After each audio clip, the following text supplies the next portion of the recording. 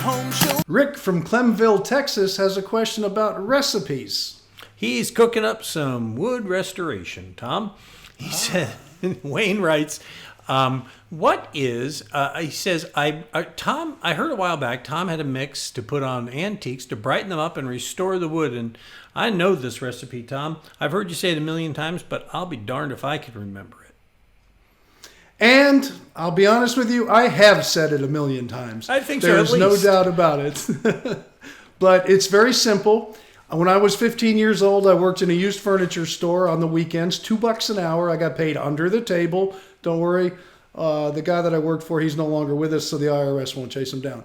And I don't think they would have made a lot of money from me. Don't be so sure. They're pretty resourceful. Today, maybe. I think I made $10-15 a day. That was about it. But anyway, it's 2 parts mineral spirits, 1 part boiled linseed oil. You buy it. It's a refined linseed oil. You mix it together. I used to put it in a jar, so when you put the cap on top, the mineral spirits doesn't dissipate, and then it gets real thick and oily again. If it does, you can add a little more mineral spirits to keep it workable. And what it does is you use a 4/0 steel wool. You put the steel wool in it, and then you wipe the cabinets, the furniture, the antiques, whatever you're doing, a wood-stained item. And we used to even clean paneling with it too.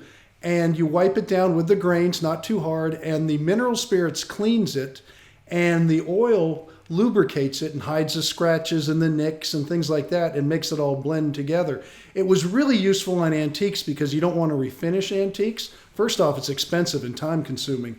And secondly, it can destroy the value of some antiques. So you want to just bring it back to look as good as it can, because an antique is supposed to look somewhat old. It's supposed to have what they call patina, whether it's in the wood or the copper or whatever the metals are, but it's supposed to look old.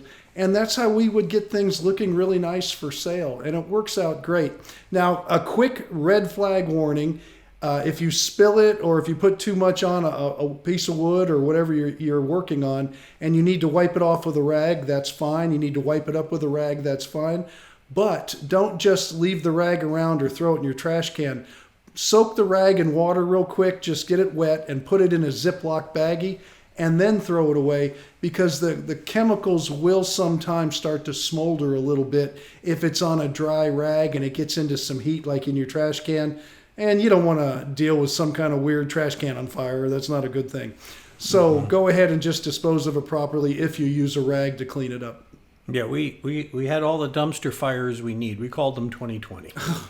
I don't even want to go there. All right. Nope. All right. You said patina. All I can think, every time I hear that, all I can think is that old Ray Peterson song, Karina, Karina. You probably don't remember that song. I have no idea. Yeah. I don't even know who Ray Peterson is. No, minor star, but back in the 60s. I think so. I don't know who he is. Okay. Yeah, it's a curse of being a baby DJ once upon a time and getting paid about the same you were getting paid for $2 an hour. Yes. Hey, I was a welder in 1977. I made $3.25 an hour. Yep. And that was big money when minimum wage was $1.65. I had a car, I had an apartment, and I could buy beer at night. I started in radio a couple of years before that, and I used to get paid about $3 an hour. And I thought, man, I'm in high cotton. It was.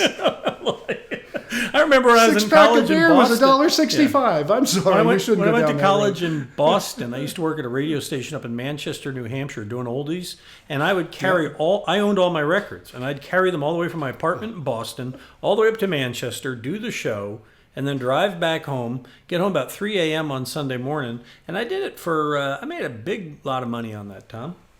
I made $65 a week doing that. There you go. All right. Hey.